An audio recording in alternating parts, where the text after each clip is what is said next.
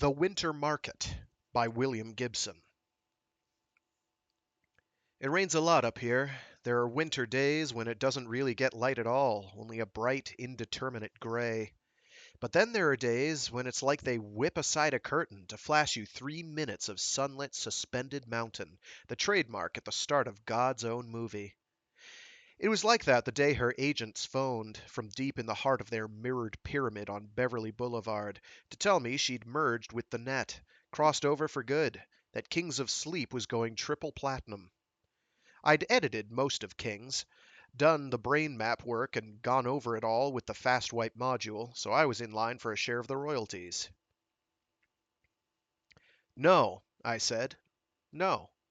Then, yes, yes, and hung up on them. Got my jacket and took the stairs 3 at a time, straight out to the nearest bar and an 8-hour blackout that ended on a concrete ledge 2 meters above midnight. False Creek water. City lights, that same gray bowl of sky, smaller now, illuminated by neon and mercury vapor arcs. And it was snowing, big flakes, but not many, and when they touched black water, they were gone, no trace at all. I looked down at my feet and saw my toes clear the edge of the concrete. Clear of the edge of concrete, the water between them. I was wearing Japanese shoes, new and expensive, glove leather Ginza monkey boots with rubber capped toes. I stood there for a long time before I took that first step back. Because she was dead, and I'd let her go. Because, now, she was immortal, and I'd helped her get that way. And because I knew she'd phone me in the morning.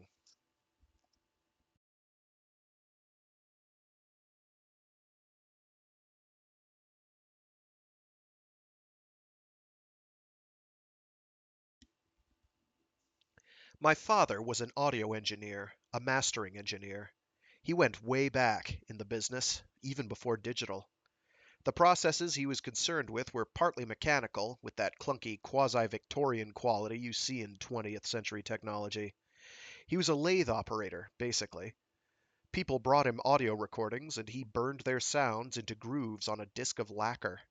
Then the disc was electroplated and used in the construction of a press that would stamp out records, the black things you see in antique stores.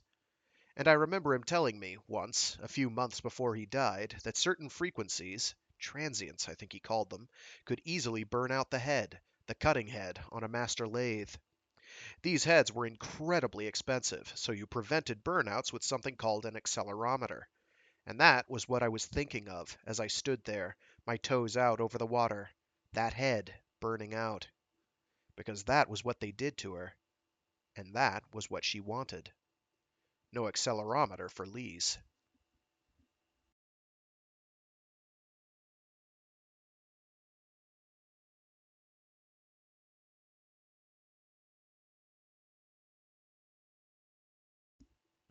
I disconnected my phone on the way to bed. I did it with the business end of a West German studio tripod that was going to cost a week's wages to repair. Woke some strange time later and took a cab back to Granville Island and Reuben's place. Reuben, in some way that no one quite understands, is a master, a teacher, what the Japanese call a sensei. What he's the master of, really, is garbage, kipple, refuse, the sea of cast-off goods our century floats on. Gomi no sensei, master of junk. I found him, this time, squatting between two vicious-looking drum machines I hadn't seen before, rusty spider arms folded at the hearts of dented constellations of steel cans fished out of Richmond dumpsters. He never calls the place a studio, never refers to himself as an artist.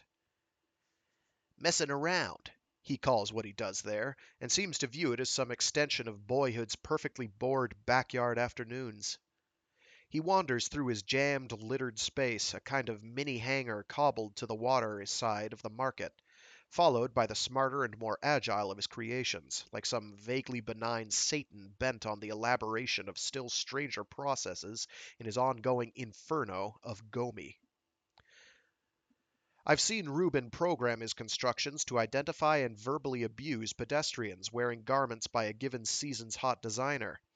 Others attend to more obscure missions, and a few seem constructed solely to deconstruct themselves with as much attendant noise as possible. He's like a child, Rubin.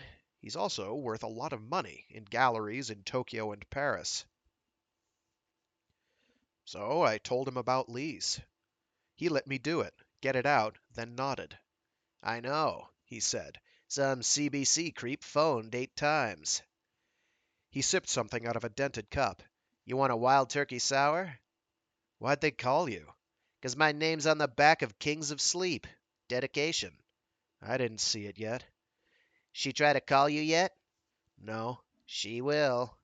Reuben, she's dead. They cremated her already. I know, he said. And she's going to call you.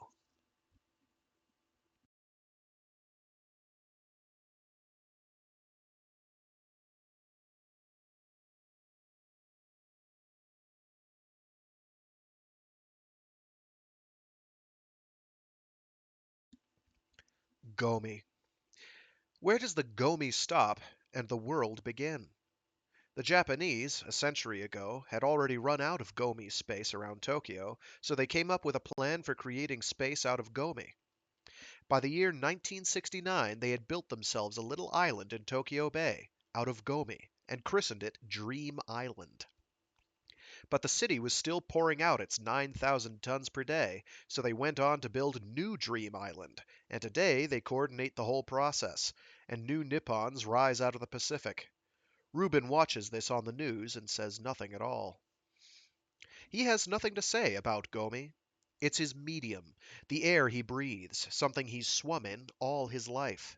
He cruises Greater Van in a spavined truck thing, chopped down from an ancient Mercedes airporter, its roof lost under a wallowing rubber bag half filled with natural gas. He looks for things that fit some strange design scrawled on the inside of his forehead by whatever serves him as a muse. He brings home more Gomi. Some of it still operative. Some of it, like Lee's, human. I met Lee's at one of Rubin's parties. Rubin had a lot of parties. He never seemed particularly to enjoy them himself, but they were excellent parties.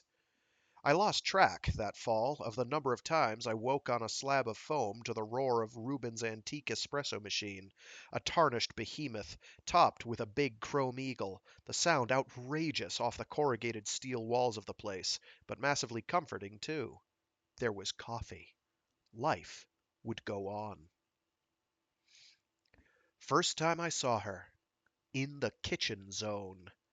You wouldn't call it a kitchen, exactly, just 3 fridges and a hot plate and a broken convection oven that had come in with the Gomi. First time I saw her. She had the all-beer fridge open, light spilling out, and I caught the cheekbones and the determined set of that mouth, but I also caught the black glint of polycarbon at her wrist, and the bright slick sore the exoskeleton had rubbed there. Too drunk to process, to know what it was, but I did know it wasn't party time.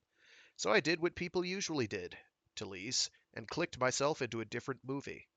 Went for the wine instead, on the counter beside the convection oven. Never looked back. But she found me again. Came after me 2 hours later, weaving through the bodies and junk with that terrible grace programmed into the exoskeleton. I knew what it was, then, as I watched her homing in, too embarrassed now to duck it, to run, to mumble some excuse, and get out. Pinned there, my arm around the waist of a girl I didn't know, while Lise advanced. Was advanced, with that mocking grace.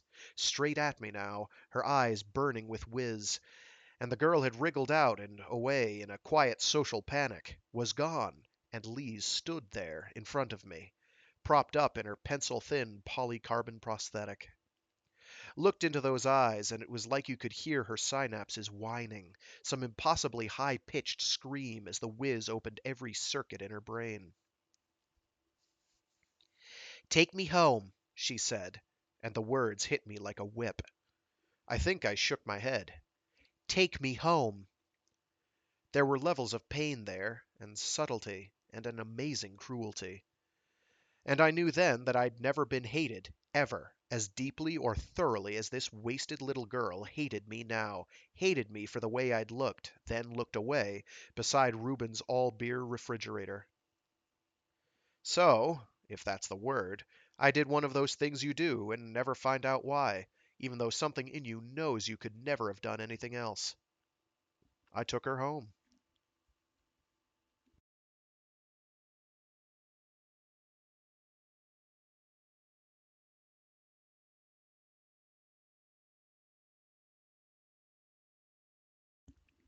I have two rooms in an old condo rack at the corner of 4th and McDonald, 10th floor. The elevators usually work, and if you sit on the balcony railing and lean out backward, holding on to the corner of the building next door, you can see a little upright slit of sea and mountain. She hadn't said a word all the way back from Reuben's, and I was getting sober enough to feel very uneasy as I unlocked the door and let her in. The first thing she saw was the portable fast wipe I'd brought home from the pilot the night before. The exoskeleton carried her across the dusty broadloom with that same walk, like a model down a runway. Away from the crash of the party, I could hear it click softly as it moved her. She stood there, looking down at the fast wipe. I could see the thing's ribs when she stood like that, made them out across her back through the scuffed black leather of her jacket. One of those diseases. Either one of the old ones they've never quite figured out, or one of the new ones. The all too obviously environmental kind, that they've barely even named yet. She couldn't move, not without that extra skeleton, and it was jacked straight into her brain, myoelectric interface. The fragile-looking polycarbon braces moved her arms and legs, but a more subtle system handled her thin hands, galvanic inlays. I thought of frog legs twitching in a high school lab tape, then hated myself for it. "This is a fast wipe module," she said, in a voice I hadn't heard before, distant, and I thought then that the whiz might be wearing off. "What's it doing here?" "I edit," I said, closing the door behind me. "Well, now," and she laughed. "You do? Where?" "On the island. Place called the Autonomic Pilot." She turned, then. She turned. Ugh. Punctuation's important, kids. There's a semicolon, then a comma, then a comma. She turned. Then, hand on thrust hip, she swung. It swung her, and the whiz and the hate and some terrible parody of lust stabbed out at me from those washed out gray eyes. "You want to make it, editor?" And I felt the whip come down again, but I wasn't going to take it, not again. So I cold-eyed her from somewhere down in the beer-numb core of my walking, talking, live-limbed, and entirely ordinary body, and the words came out of me like spit. Could you feel it if I did? Beat. But she blinked. Maybe she blinked, but her face never registered. "No," she said, "but sometimes I like to watch."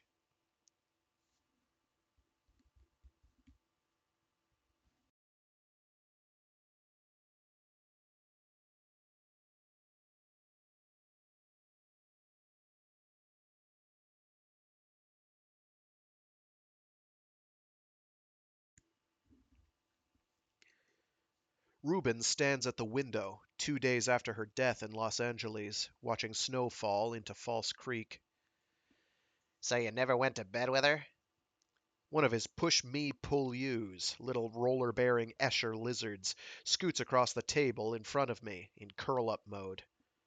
"No," I say, and it's true. Then I laugh. "But we jacked straight across, that first night." You were crazy, he said, a certain approval in his voice. It might have killed you. Your heart might have stopped. You might have stopped breathing. He turns back to the window. Has she called you yet?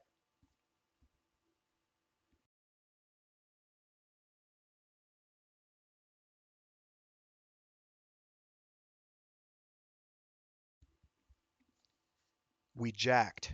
Straight across. I'd never done it before.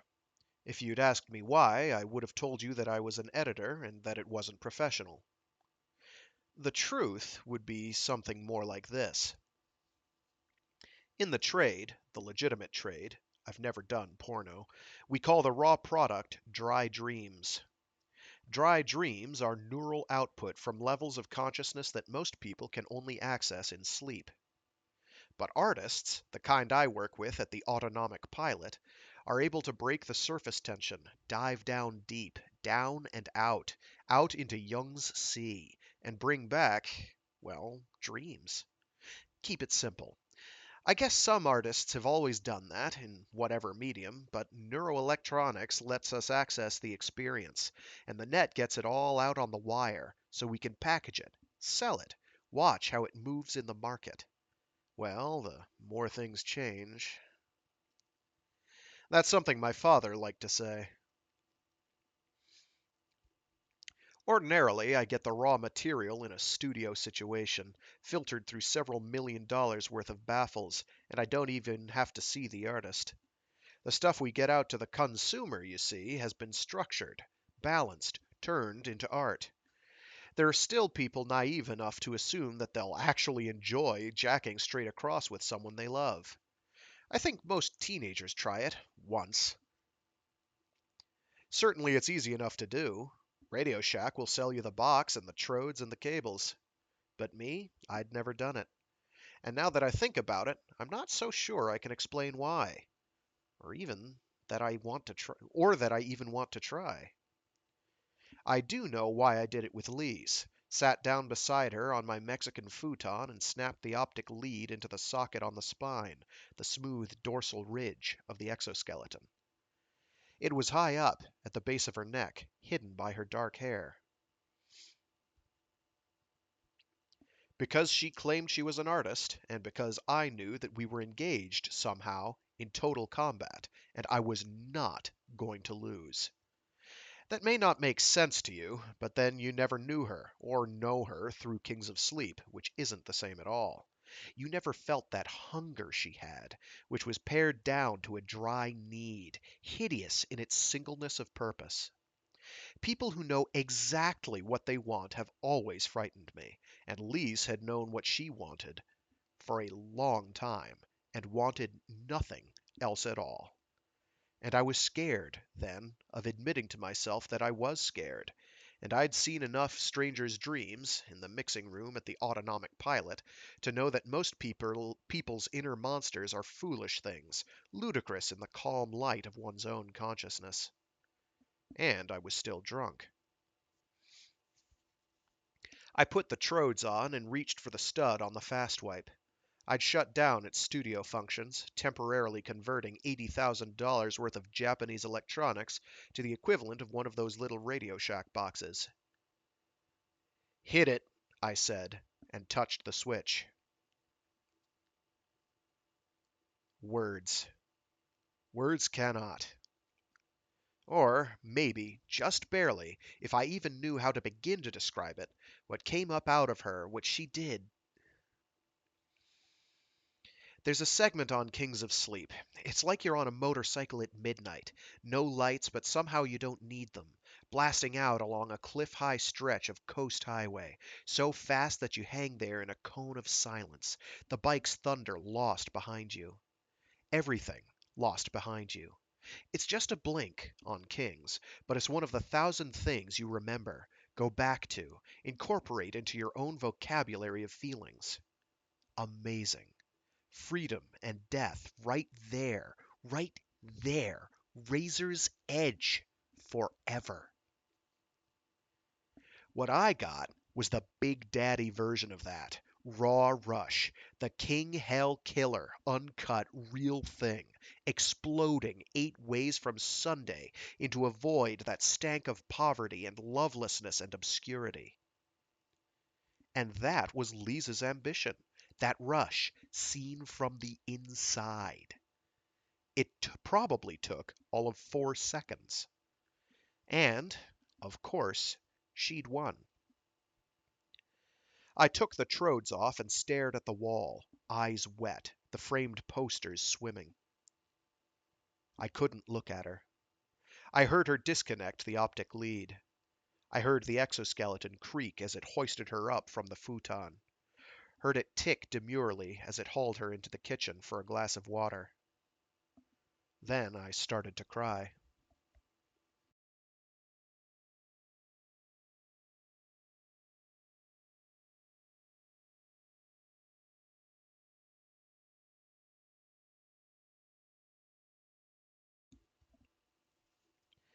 Reuben inserts a skinny probe into the roller-bearing belly of a sluggish push-me-pull-you and peers at the circuitry through magnifying glasses with miniature headlights mounted at the temples.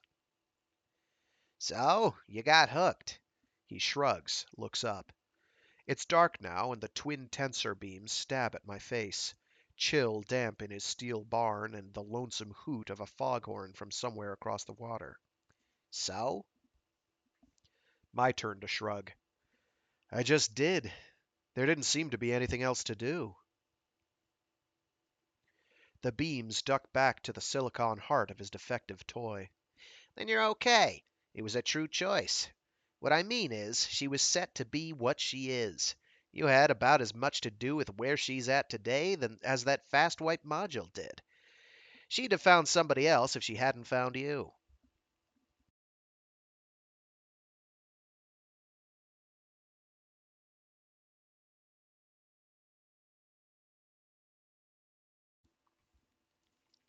I made a deal with Barry, the senior editor, got 20 minutes at 5 on a cold September morning. Lees came in and hit me with that same shot, but this time I was ready, with my baffles and brain maps, and I didn't have to feel it. It took me 2 weeks, piecing out the minutes in the editing room, to cut what she'd done down into something I could play for Max Bell, who owns the pilot. Bell hadn't been happy, not happy at all, as I explained what I'd done. Maverick editors can be a problem, and eventually most editors decide that they've found someone who'll be it, the next monster, and then they start wasting time and money. He'd nodded when I'd finished my pitch, then scratched his nose with the cap of his red felt pen. Uh-huh. Got it. Hottest thing since fish grew legs, right?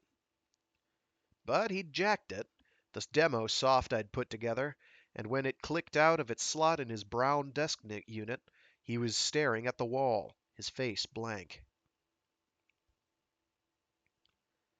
Max, Huh? what do you think? Think? What did you say her name was? He blinked. Lisa? Who you say she was signed with? Lees. Nobody, Max. She hasn't signed with anybody yet. Jesus Christ. He still looked blank.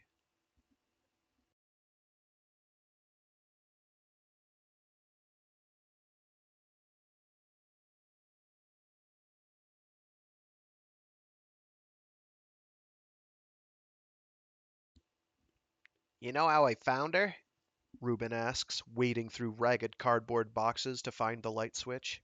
The boxes are filled with carefully sorted gomi, lithium batteries, tantalum capacitors, RF connectors, breadboards, barrier strips, ferroresonant transformers, spools of bus bar wire. One box is filled with the severed heads of hundreds of Barbie dolls, another with armored industrial safety gauntlets that look like spacesuit gloves. Light floods the room, and a sort of Kandinsky mantis in snipped and painted tin wings. Oh my god. Let's try that again. Golly.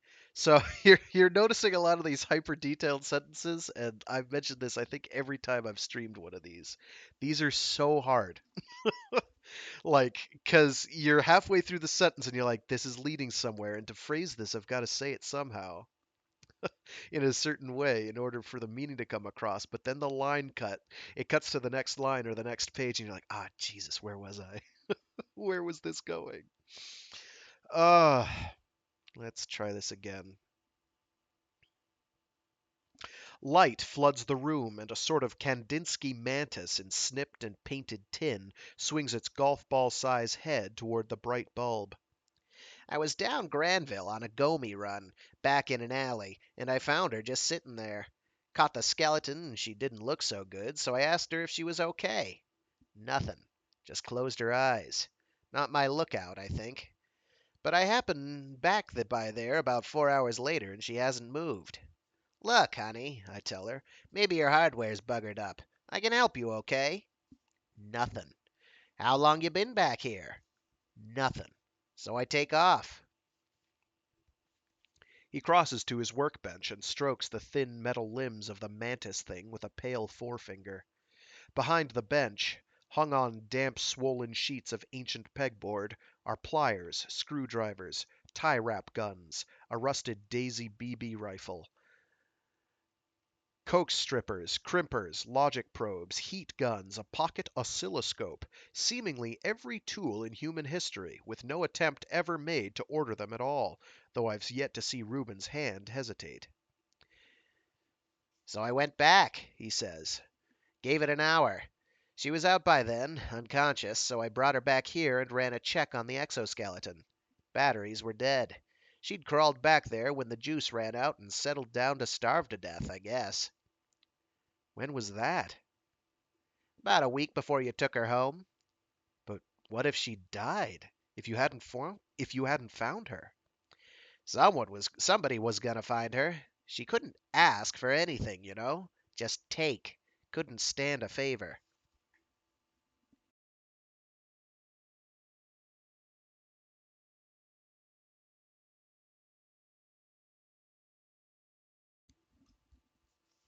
Max found the agents for her, and a trio of awesomely slick junior partners leered into YVR a day later. That's leer like the jet. Or the king. Lise wouldn't come down to the pilot to meet them, insisted we bring them up to Reuben's, where she still slept. Welcome to Cooverville, Reuben said as they edged in the door. His long face was smeared with grease, the fly of his ragged fatigue pants held more or less shut with a twisted paperclip. The boys grinned automatically, but there was something marginally more authentic about the girl's smile. "Mr. Stark," she said, "I was in London last week. Saw your installation at the Tate." Marcello's Battery Factory, Reuben said. They say it's scatological, the Brits. He shrugged. Brits. I mean, who knows? "They're right. It's also very funny." The boys were beaming like table-tanned lighthouses, standing there in their suits. The demo had reached Los Angeles. They knew. "And you're Lise," she said, negotiating the path between Reuben's heaped gomi. "You're going to be a very famous person soon, Lise. We've a lot to discuss." And Lise just stood there, propped in polycarbon, and the look on her face was the one I'd seen that first night, in my condo, when she'd asked me if I wanted to go to bed. But if the junior agent lady saw it, she didn't show it. She was a pro. I told myself that I was a pro too. I told myself to relax.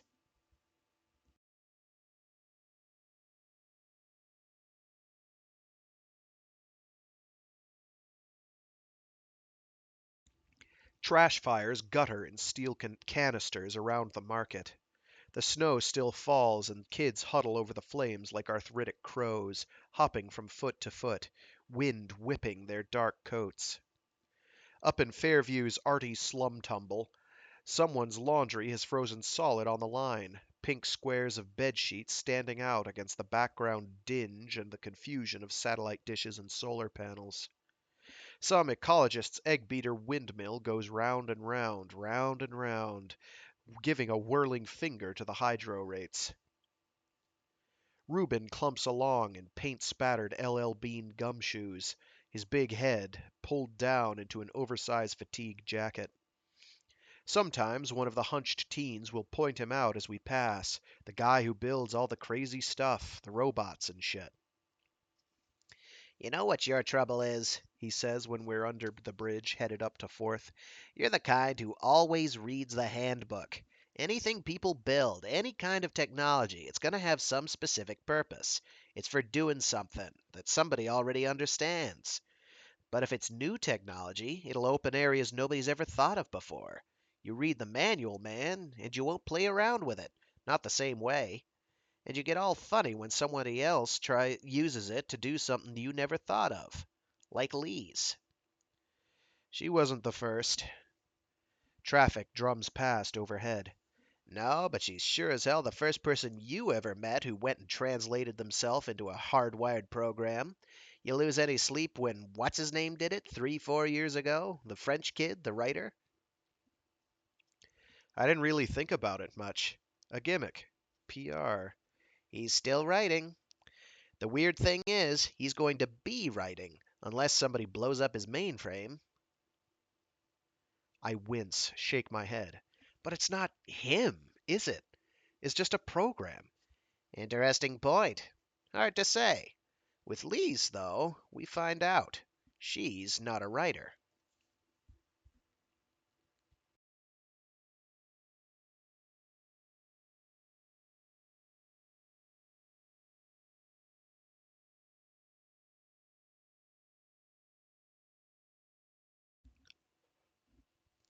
She had it all in there, King's, locked up in her head the way her body was locked in that exoskeleton. The agents signed her with a label and brought in a production team from Tokyo. She told them she wanted me to edit. I said no. Max dragged me into his office and threatened to fire me on the spot. If I wasn't involved, there was no reason to do the studio work at the pilot. Vancouver was hardly the center of the world, and the agents wanted her in Los Angeles.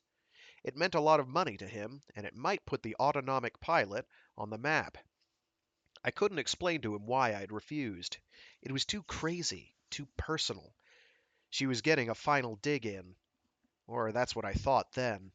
But Max was serious. He really didn't give me any choice. We both knew another job wasn't going to crawl into my hand. I went back out with him and we told the agents that we'd worked it out. I was on. The agents showed us lots of teeth. Lees pulled out an inhaler full of whiz and took a huge hit. I thought I saw the agent lady raise one perfect eyebrow, but that was the extent of censure. After the papers were signed, Lees more or less did what she wanted. And Lees always knew what she wanted. We did King's in 3 weeks, the basic recording. I found any number of reasons to avoid Rubin's place, even believed some of them myself. She was still staying there, although the agents weren't too happy with what they saw as a total lack of security. Rubin told me later that he'd had to have his agent call them up and raise hell, but after that they seemed to quit worrying. I hadn't known that Rubin had had that Rubin. Let's try that again. I hadn't known that Rubin had an agent. It was always easy to forget that Reuben Stark was more famous then than anyone else I knew, certainly more famous than I thought Lee's was ever likely to become. I knew we were working on something strong, but you never know how big anything's liable to be. But the time I spent in the pilot, I was on. Lee's was amazing. It was like she was born to the form, even though the technology that made that form possible hadn't even existed when she was born. You see something like that, and you wonder how many thousands, maybe millions, of phenomenal artists have died mute down the centuries. People who could never have been poets or painters or saxophone players, but who had this stuff inside, these psychic waveforms, waiting for the circuitry required to tap in. I learned a few things about her, incidentals, from our time in the studio. That she was born in Windsor. That her father was American and served in Peru and came home crazy and half blind. That whatever was wrong with her body was congenital. That she had those sores because she refused to remove the exoskeleton, ever, because she'd start to choke and die at the thought of that utter helplessness. That she was addicted to whiz and doing enough of it daily to wire a football team. Her agent brought in medics, who patted the polycarbon with foam and sealed the sores over with micropore dressings. They pumped her up with vitamins and tried to work on her diet, but nobody ever tried to take the inhaler away. They brought in hairdressers and makeup artists too, and wardrobe people and image builders and articulate little PR hamsters, and she endured it with something that might almost have been a smile. And right through those 3 weeks, we didn't talk. Just studio talk, artist editor stuff, very much a restricted code. Her imagery was so strong, so extreme, that she never really needed to explain a given effect to me. I took what she put out and worked with it, and jacked it back to her. She'd either say yes or no, and usually it was yes. The agent noted this and approved, and clapped Max Bell on the back and took him out to dinner, and my salary went up. And I was a pro all the way. Helpful and thorough and polite. I was determined not to crack again, and never thought about the night I cried. And I was also doing the best work I'd ever done, and knew it, and that's a high in itself. And then, one morning, about 6, after a long, long session, when she'd first gotten that eerie cotillion sequence out, the one the kids call the ghost dance, she spoke to me. One of the 2 agent boys had been there, showing teeth, but he was gone now, and the pilot was dead quiet, just the hum of a blower somewhere down by Max's office. "Casey," she said, her voice hoarse with the whiz, "sorry I hit on you so hard." I thought for a minute she was telling me something about the recording we'd just made. I looked up and saw her there, and it struck me that we were alone, and hadn't been alone since we'd made the demo. I had no idea at all what to say. Didn't even know what I felt. Propped up in the exoskeleton, she was looking worse than she had that first night at Rubens. The whiz was eating her, under the stuff the makeup team kept smoothing on, and sometimes it was like seeing a death's head surface beneath the face of a not very handsome teenager. I had no idea of her real age. Not old, not young. "The ramp effect," I said, coiling a length of cable. "What's that?" "Nature's way of telling you to clean up your act. Sort of mathematical law says you can only get off real good on a stimulant X number of times, even if you increase the doses. But you can't ever get off as nice as you did the first few times. Or you shouldn't be able to, anyway. That's the trouble with designer drugs. They're too clever. That stuff you're doing has some tricky tail on one of its molecules, keeps you from turning the decomposed adrenaline into adrenochrome. If it didn't, you'd be schizophrenic by now. You got any little problems, Lise? Like apnea? Sometimes you stop breathing if you go to sleep?" But I wasn't even sure I felt the anger that I heard in my own voice. She stared at me with those pale gray eyes. The wardrobe people had replaced her thrift shop jacket with a butter-tanned matte black blouson that did a better job of hiding the polycarbon ribs. She kept it zipped to the neck, always, even though it was too warm in the studio. The hairdressers had tried something new the day before, and it hadn't worked out, her rough dark hair a lopsided explosion above that drawn triangular face. She stared at me, and I felt it again, her singleness of purpose. "I don't sleep, Casey." It wasn't until later, much later, that I remembered she'd told me she was sorry. She never did it again, and it was the only time I ever heard her say anything that seemed to be out of character.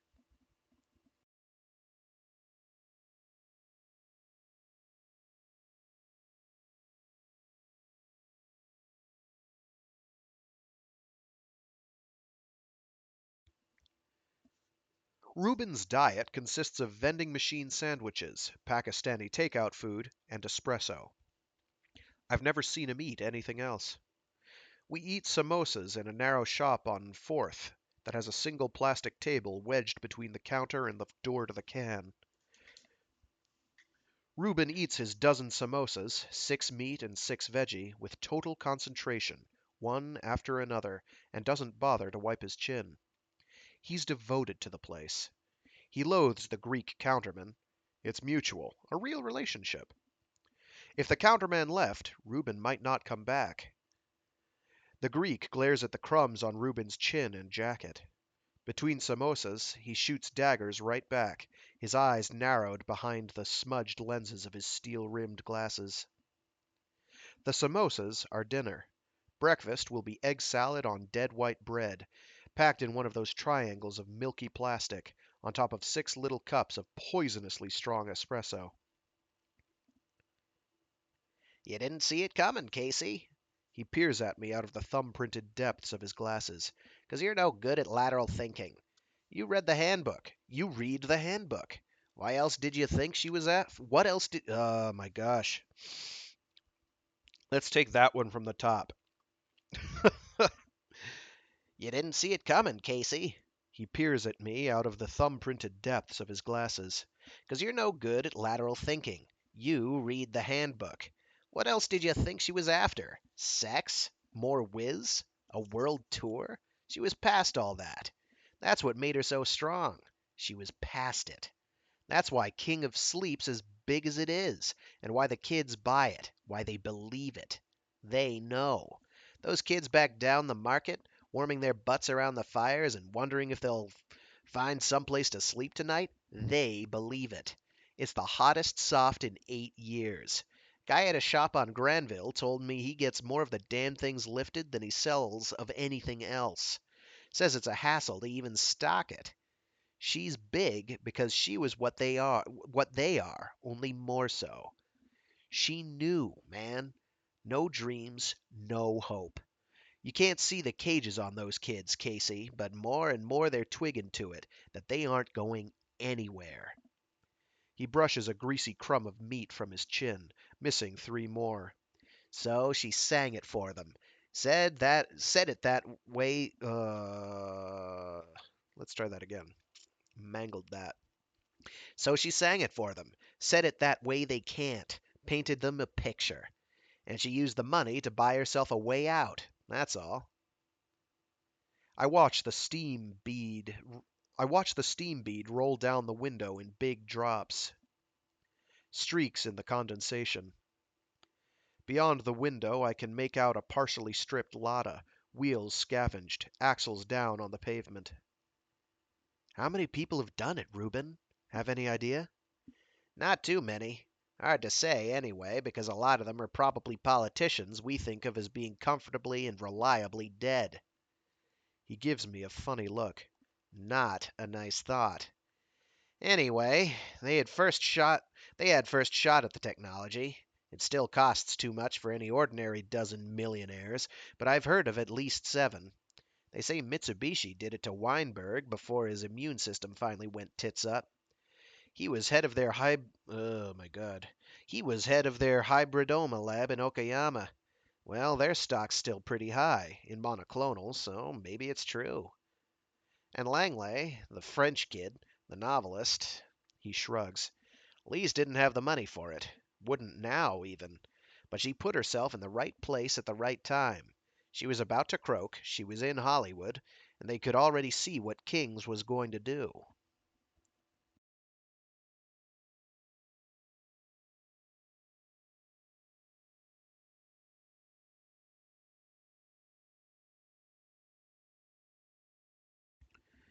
The day we finished up, the band stepped off a JAL shuttle out of London, 4 skinny kids who operated like a well-oiled machine and displayed a hypertrophied fashion sense and a total lack of affect.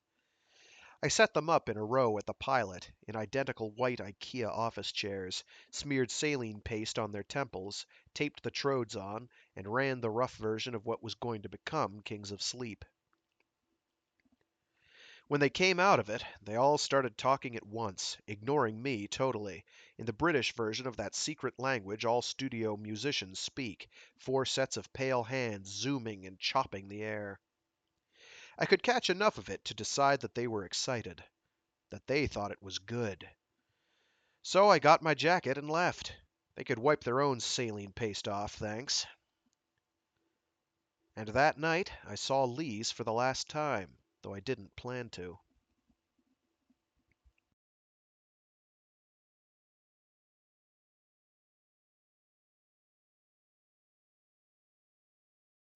Walking back down to the market, Reuben noisily digesting his meal, red taillights reflected on wet cobbles.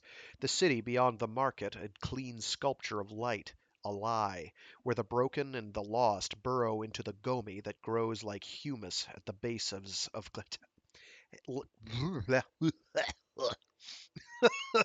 That sentence is 5 lines long. Thanks so much. Thanks so much, Gibson. Let's try it again. Ah. Walking back down to the market, Reuben noisily digesting his meal, red taillights reflected on wet cobbles, the city beyond the market a clean sculpture of light, a lie, where the broken and the lost burrow into the gomi that grows like humus at the bases of the towers of glass. I gotta go to Frankfurt tomorrow, do an installation. You wanna come? I could write you off as a technician. He shrugs his way deeper into the fatigue jacket. Can't pay you, but you can have airfare if you want. Funny offer from Reuben, and I know it's because he's worried about me. Thinks I'm too strange about Lise, and it's the only thing he can think of, getting me out of town. It's colder in Frankfurt now than it is here. You maybe need a change, Casey. I don't know. Thanks, but Max has a lot of work lined up. Pilot's a big deal now. People flying in from all over. Sure.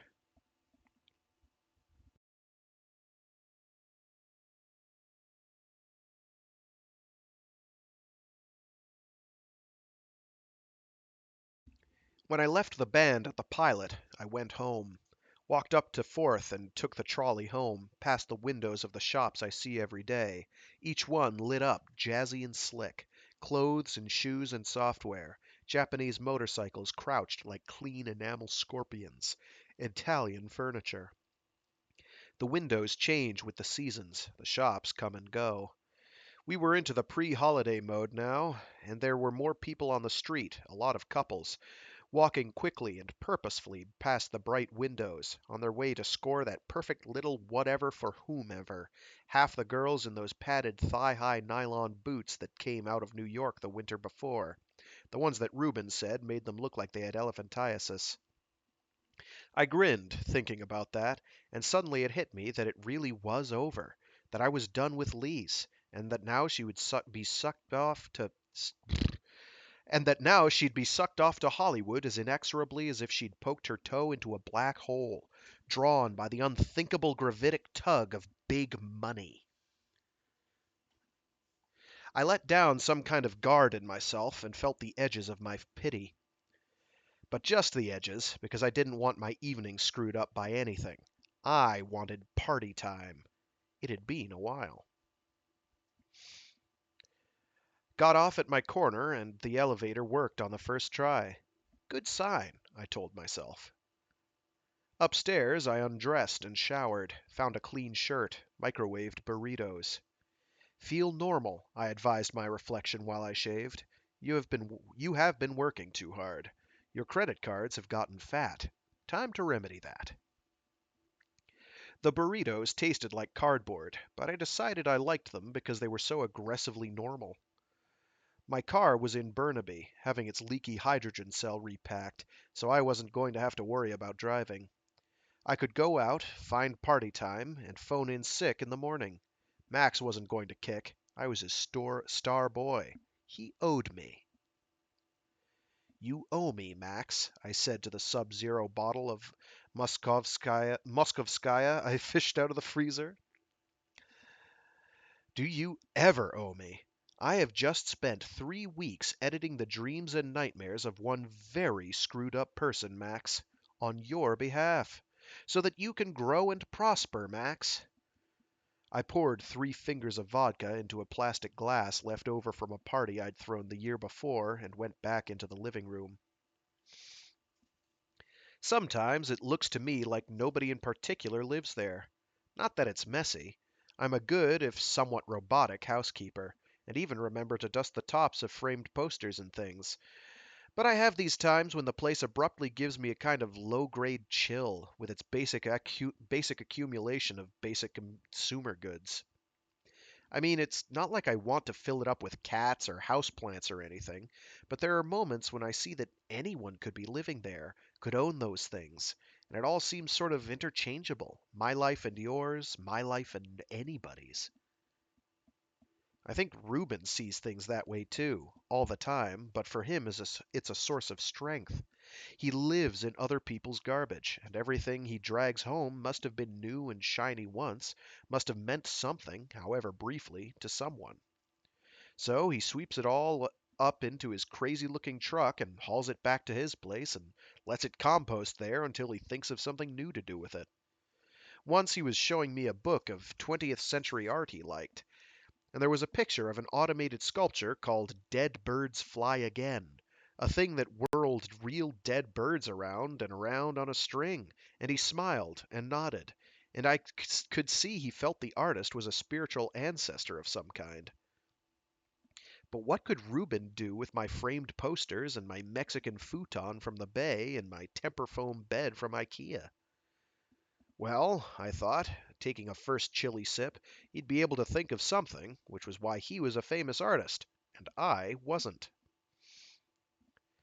I went and pressed my forehead against the plate glass window, as cold as the glass in my hand. Time to go, I said to myself. You are exhibiting symptoms of urban singles angst. There are cures for this. Drink up. Go. I didn't attain a state of party time that night. Neither did I exhibit adult common sense and give up, go home, watch some ancient movie, and fall asleep on my futon. The tension those 3 weeks had built up in me drove me like the mainspring of a mechanical watch, and I went ticking off through Nighttown, lubricating my more or less random progress with more drinks.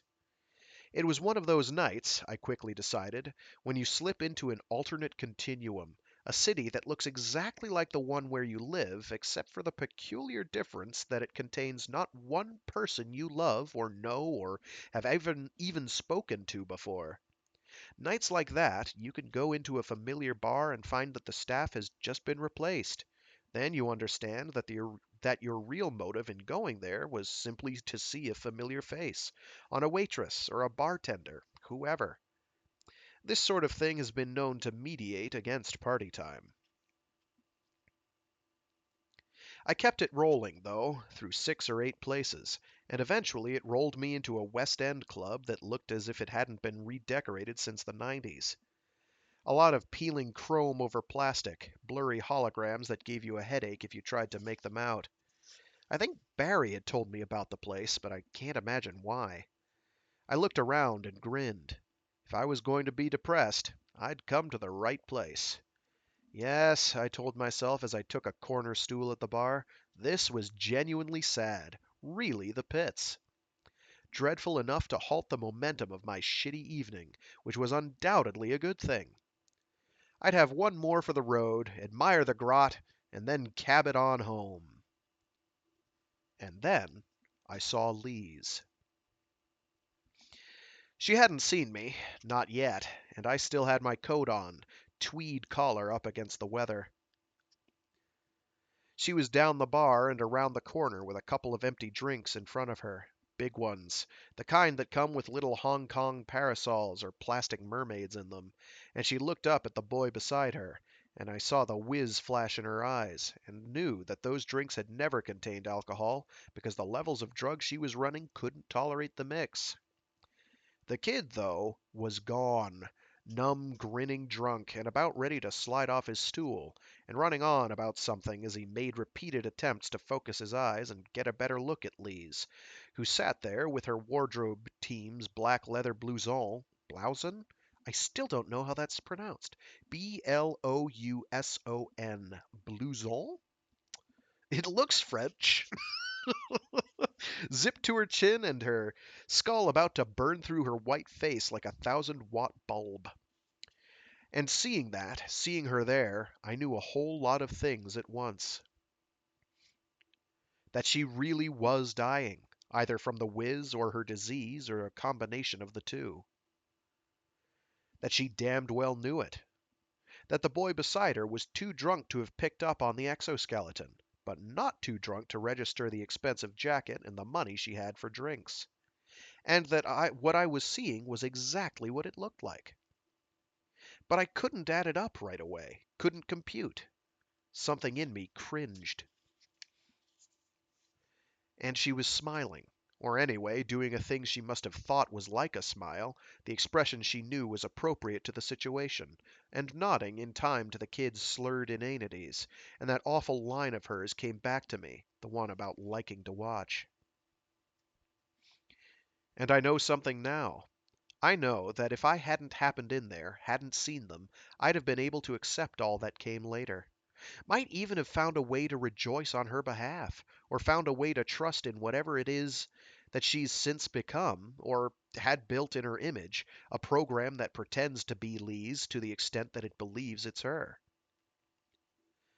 I could have believed what Reuben believes, that she was so truly past it, our high-tech St. Joan, burning for union with that hardwired godhead in Hollywood, that nothing mattered to her except the hour of her departure, that she threw away that poor, sad body with a cry of release, free of the bonds of polycarbon and hated flesh.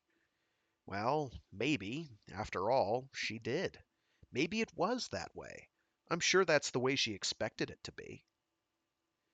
But seeing her there, that drunken kid's hand in hers, that hand she couldn't even feel, I knew, once and for all, that no human motive is ever entirely pure. Even Lee's, with that corrosive, crazy drive to stardom and cybernetic immortality, had weaknesses, was human in a way I hated myself for admitting. She'd gone out that night, I knew, to kiss herself goodbye, to find someone drunk enough to do it for her. Because, I knew then, it was true. She did like to watch. I think she saw me as I left. I was practically running. If she did, I suppose she hated me worse than ever, for the horror and the pity in my face. I never saw her again.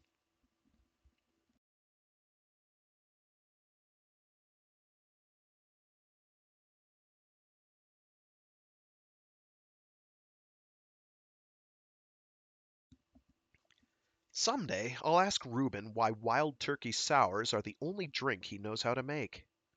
Industrial strength, Reuben's sours. He passes me the dented aluminum cup, while his place ticks and stirs around us with the furtive activity of his smaller creations. "You ought to come to Frankfurt," he says again. "Why, Reuben?" Because pretty soon she's going to call you up, and I think maybe you aren't ready for it. You're still screwed up about this, and it'll sound like her and think like her, and you'll get too weird behind it. Come over to Frankfurt with me, and you can get a little breathing space. She won't know you're there." "I told you," I say, remembering her at the bar in that club. "Lots of work. Max." "Stuff, Max. Max you just made rich. Max can sit on his hands. You're rich yourself from your royalty cut on Kings, if you weren't too stubborn to dial up your bank account. You can afford a vacation." I look at him and wonder when I'll tell him the story of that final glimpse. "Reuben, I appreciate it, man, but I just—" He sighs, drinks. "But what?" "Reuben, if she calls me, is it her?" He looks at me a long time. "God only knows." His cup clicks on the table. "I mean, Casey, the technology is there, so who, man, really who, is to say?" "And you think I should come with you to Frankfurt?" He takes off his steel-rimmed glasses and polishes them inefficiently on the front of his plaid flannel shirt. "Yeah, I do. You need the rest. Maybe you don't need it now, but you're going to later." "How's that?" "When you have to edit her next release, which will almost certainly be soon, because she needs money bad. She's taking up a lot of ROM on some corporate mainframe, and her share of Kings won't come close to paying for what they had to do to put her there. And you're her editor, Casey. I mean, who else?" And I just stare at him. as he puts his as he puts the glasses back on, like I can't move at all. Who else, man? And one of his constructs clicks right then, just a clear and tiny sound, and it comes to me. He's right.